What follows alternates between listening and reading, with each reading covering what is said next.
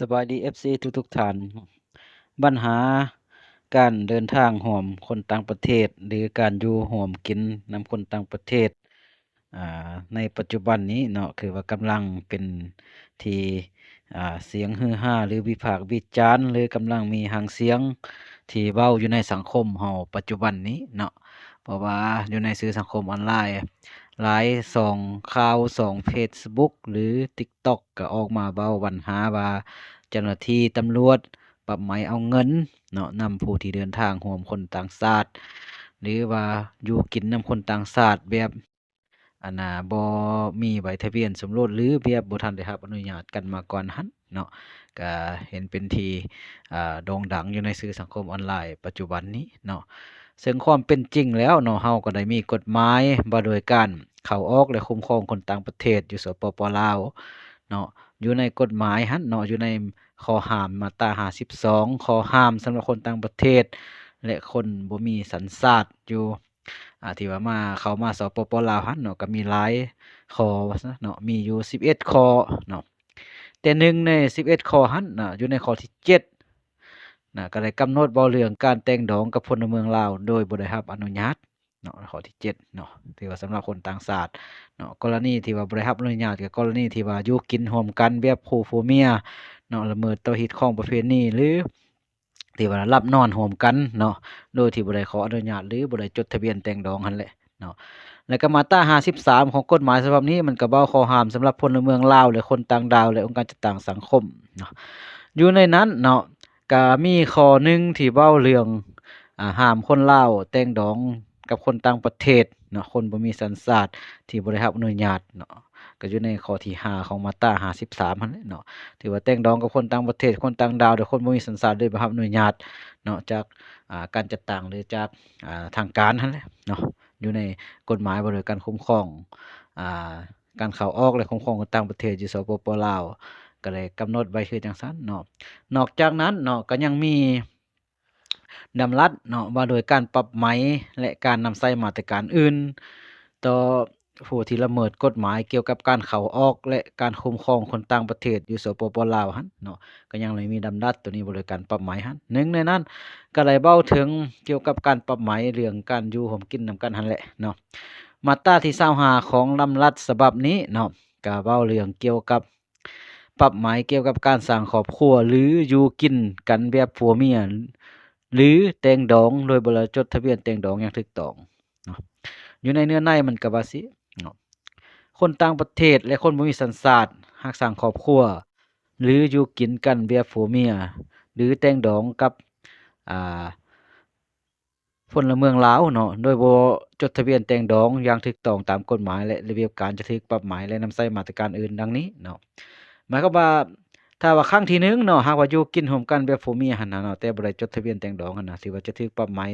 4,000,000กีบต่อคู่พร้อมทั้งเฮ็ดบ่บันทึกไว้เนาะ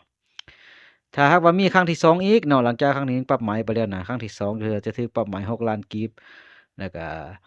พร้อมทั้งเฮ็ดบ่บันทึกไว้อีกเนาะ ถ้าหากว่ายังบ่แล้วยังมีครั้งที่3อีกเนาะยังอยู่กินนำกันอีกหั้นน่ะที่ว่าบ่จดทะเบียนแต่งดองหั้นน่ะที่ว่าจะถูกปรับหมายอยู่8,000,000กีบเนาะต่อคู่พร้อมทั้งเฮ็ดบทบันทึกไว้และจะถูกนำใช้มาตรการอื่นตามแต่ละกรณีเนาะมาตรการอื่นหมายความว่าอ่าจะซื้อลบล้างการขึ้นทะเบียนหรือวัดอนุญาตพักเช่าบ่เนาะหรือว่าลบล้างวีซาบ่หรือว่าอื่นๆแล้วแต่กรณีมันเนาะรวมทั้งที่ว่าจะส่งออกจากสปปลาวหั้นเนาะอันนี้แหละที่ว่ามาตรการต่อกรณีดังกล่าวนี้เนาะเพราะว่าผ่านมาก็เห็นหางเสียงวิพากษ์วิจารณ์ว่าคู่ผัวเมียหรือว่าคู่สู่แฟนสาวบ่าวสาวกันเนาะเดินทางร่วมกันไปเวียกไปงานบ่หรือไปหยังอื่นๆหั้นเนาะก็มีกรณีเจ้าหน้าที่เฮาเรียกเก็บเงินหรือว่าจะปรับไหมตามระเบียบการหั้นเนาะบางครั้งก็เฮ็ดให้ผู้ดังกล่าวหั้นเนาะบ่เข้าใจเรื่องระเบียบบ่เรื่องกลไกบ่หรือว่าเจ้าหน้าที่เฮ็ดเกินหน้าที่บ่หรือว่าเฮ็ดเกินขอบเขตบ่หั้นเนาะก็ได้มีหางเสียงวิพากษ์วิจารณ์กันหลายสิ่งหลายอย่างออกสู่สังคมเฮาหั้นเนาะซึ่งว่าบรรดาอ่า ผู้อ่านผู้เบิ่งก็คอมเมนต์ไปในทางที่ลบก็มีทางบวกก็มีเนาะแล้วแต่กรณีผู้สิคิดแต่ว่าในกรณีแง่กฎหมายหั้นเนาะก็ได้กำหนดมาคือจังซั้นเนาะเออคือ กฎหมายบริการคุ้มครองหั่นเนาะคนต่างประเทศเขาเอาคนอยู่สปปลาวก็เลยกำหนดไว้ในมาตรา52และมาตรา53เนาะแล้วก็ดำรัสบริการปรับไหมต่อการละเมิดอ่ากรณีดังกล่าวหั่นเนาะก็แล้วกันละเมิดบ่ได้จดทะเบียนหรือหยังต่างๆหั่นก็ได้กำหนดอยู่ในมาตรา25ของอันน่ะดำรัสบริการปรับไหมตัวนี้หั่นเนาะแล้วก็มีกรณีหนึ่งอีกเนาะที่ว่าเห็นออกมาเว้าอยู่ทางช่อง TikTok เนาะที่ว่าเว้าถึงการปฏิบัติหน้าที่ของเจ้าหน้าที่ตำรวจเนาะที่ว่าบางทีก็อาจจะใช้สิทธิ์คืออำนาจเกินขอบเขตบ่หรือว่าใช้ตามระเบียบกฎหมายเนาะเห็นผู้เกี่ยวเว้าอยู่ในช่อง TikTok หั้นแต่ว่าความจริงหรือบ่จริงนั้นเฮาก็บ่ฮู้ได้แต่ว่าข้าพเจ้าจะยกคือตัวอย่างขึ้นมาให้บรรดาท่านเบิ่งอยู่ในนี้เนาะหลังจากเบิ่งจบแล้วเราจะมาเบิ่งในแง่กฎหมายว่าเจ้าหน้าที่หากว่าเฮ็ดเกินขอบเขตคือกับผู้เกี่ยวเว้าหั้นก็จะได้ปฏิบัติโทษตามแต่ละกรณีไปหั้นเนาะถ้าว่าหากว่าบ่มีความจริงผู้เกี่ยวหากเว้าเลื่อนลอยบ่หรือว่าแนวใดหั้นเนาะก็เป็นว่าเป็นการเสียหายภาษีก็แม่นเนาะฉะนั้นแล้วเฮามาเบิ่งและรับชมคลิปเสียงและคลิปผู้เกี่ยวไปพร้อมๆกันเลยเนาะถ้าว่าเป็นตำรวจใส่คำเว้าจากกฎหมายแท้น่ะเขาเจ้าจะบ่เฮ็ดแบบนี้น่ะเขาเจ้าสิบ่ย้านเขาเจ้าสิบ่หลบๆซ่อนๆเขาเจ้าสิบ่เอิ้นเฮาไปมองที่บ่มีคนน่ะน่ะเจ้าเบิ่งสินะถ้าทางเขาเจ้าโลดผู้ใดเจอปัญหาเป็นเสียน่ะถ้าว่าเห็นเขาเจ้าเห็นตำรวจเอิ้นเฮาไปน่ะแล้วเฮ็ดแบบหลบๆซ่อนๆเฮ็ดแบบยันๆน่ะเอิ้นเฮาไปบนที่บ่มีคนน่ะนี่แหละเป็นตำรวจที่ว่าทุเรศเป็นตำรวจที่ว่าอยากสแต็กแต่เงินประชาชนน่ะถ้าเป็นตำรวจที่ว่าเขาเจ้าเว้าด้วยเหตุผลแท้เป็นตำรวจที่ว่าเขาเจ้าใส่กฎหมายเว้าแท้เขาเจ้าสิบ่เอิ้นเฮาไปมองที่บ่มีคนหั่นน่ะแล้วมากระซิบบนหูเฮาหั่นน่ะถ้าว่าเป็นตำรวจที่ว่าใส่กฎหมายเว้าแท้น่ะเพราะว่าเจ้าสิอยู่มองมีคนหลายหรือว่าอยู่มองบ่มีคนหลายเขาเจ้าจะเว้าแบบมีความมั่นใจกับตัวเองหั่นน่ะเว้าโดยที่ว่ามั่นใจออกมาน่ะเจ้าเฮ็ดเป็นสิ่งมันผิดเด้อจะไปนำคนจีนจังซั่นจังสิผิดเด้อเด้อเบิ่งเพิ่นว่าข่อยนี้ถึก 3,000 หยวนแล้วอยู่อุดมใส่ซ่องบอลข่อยลมนำลาวแล้วเขาเห็นหั่นน่ะบ่ทันหยังเลยแต่เอิ้นไปบอลบ่มีคนละถามเอาเงินเฮาละยังแล่นไปแต่งงานยังบ่ทันแล้วเด้เป็นหยังจึงเอิ้นไปบอลบ่มีคนละถามเอาเงินนั่นน่ะถ้าว่าเจ้าใส่ความเว้ากฎหมายแท้น่ะเจ้าบ่ต้องเฮ็ดแบบสิบ่ต้องหลบๆซ่อนๆบ่ต้องไปหม่องบ่มีคนนั่นน่ะบ่ต้องแนมซ้ายแนมขวาบ่ต้องซอดเบิ่งว่าคนสิมาเห็นเจ้าบ่อันนี้มันเป็นตำรวจทุเรศแฮงสมเจ้าฮู้บ่ถ้าว่าเป็นตำรวจจังซี่ละด่าหัวเขาเจ้ารุนแรงบ่ต้องย้านนั่นน่ะพอเฮาคิดเบิ่งตัวเองเฮ็ดหยังผิดบ่ถ้าว่าบ่ได้เฮ็ดหยังผิดบ่ต้องย้านนั่นน่ะเป็นหยังจึงว่าตำรวจใส่เขาเว้านอกจากกฎหมายหั่นน่ะเรื่องน้องสาวข่อยนี้สอนให้ข่อยฮู้ว่าเขาเจ้าได้เว้าหยังออกมาแดน่ะเขาเจ้าได้เว้าว่าเดี๋ยวนี้เฮาเห็นอันคนลาวกับคนจีนไปนำกันหั่นน่ะไปนำกันมันผิดว่าไปสิอันละมันผิดแล้วก็เอิ้นน้องสาวข่อยไปอีกห้องนึงแล้วก็น้องสาวข่อยได้โทรหาข่อยก็ได้ลมนำเขาเจ้าอ่ะเป็นหยังมันผิดเป็นหยังยิงจับเขาเจ้าเดี๋ยวนี้รถเขาเจ้าสิออกแล้วนะจับเขาเจ้าแล้วเขาเจ้าสิเฮ็ดจังได๋รถสิออกแล้วน่ะเขาเจ้าก็ว่าเดี๋ยวนี้น้องสาวเจ้ากับคนจีนนั้นไปนำกันมาไปเสียน่ะมันต้องมีข้อใดข้อเสียข่อยแล้วหัวข้อใดข้อเสียมันอีหยังก่อนข้อใดข้อเสียของเจ้าหั่นน่ะแล้วเพิ่นว่าถ้าว่าสิฮักสิมักสิล่มกันต้องมีเอกสารอุ้ยอ้ายมันเป็นเอกสารอีหยังเอกสารล่มกันจังซี่ว่าข่อยเกิดมา25ปีแล้วข่อยบ่เคยได้ยินเอกสารล่มกันหั่นน่ะข่อยเคยได้ยินคำว่าถ้าว่าเฮาล่มกัน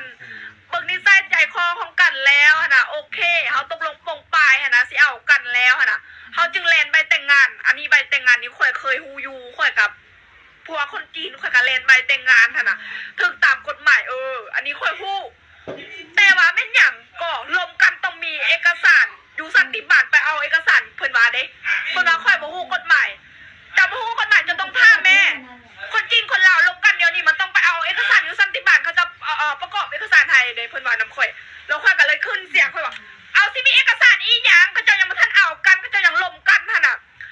เขาเจ้าล่มกันมีเอกสารอีหยังเพิ่นก็เลยวางสายเพิ่นว่าบ่เว้านำข่อยแล้วข่อยหันปากมาเพิ่นว่าจังซี่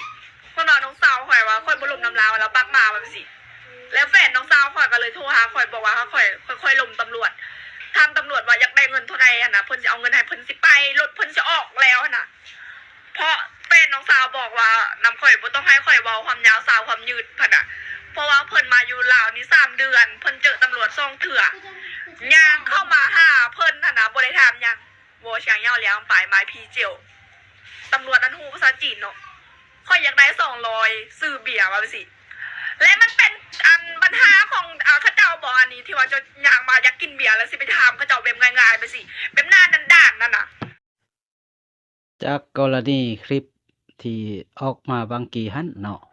ถ้าหากว่าเป็นคือคลิปเสียงหั้นเบาแท้เนาะอันนี้เป็นการสมมุติเนาะเราก็บ่ฮู้ได้ว่ามันแม่นความจริงหรือบ่มีอันนี้ถ้าว่าเป็นการสมมุติ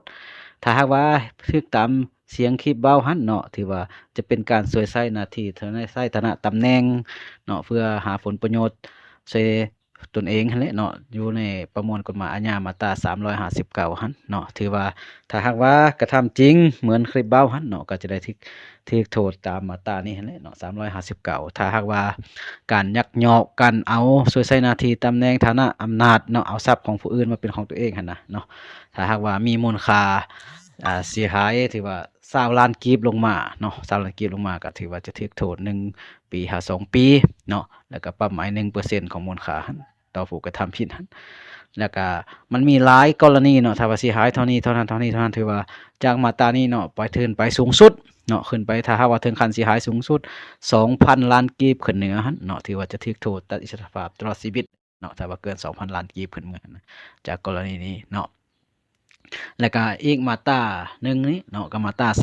361ก็ได้เว้าถึงการเสือสิทธิ์อำนาจเกินขอบเขตเนาะเสือสิทธิ์อำนาจเกินขอบเขตปฏิบัติหน้าที่เพื่อเอาทรัพย์สมบัติของคนอื่นมาเป็นของตัวเองหั่นเนาะอยู่ในมาตรานี้ก็เช่นเดียวกันถ้าหากว่ามูลค่าเสียหาย20ล้านกีบลงมาก็สิถูกโทษกรณีอันกับมาตรา359เมื่อกี้หั่นเนาะ1 ปีหา2 ปีแล้วก็ปรับไหม 1% ของมูลค่าหั่นเนาะแล้วก็ถ้าหากว่าเสียหายเป็นแต่ละกรณีขึ้นไปเนาะถ้าว่าไปฮอดเกิน2,000 ล้านกีบขึ้นเกิน 2,000 ล้านกีบขึ้นเมื่อก็จะถูกโทษตัดอิสรภาพตลอดชีวิตแล้วก็ปรับหมาย 1% ของมูลค่าความเสียหายคือกับมาตรา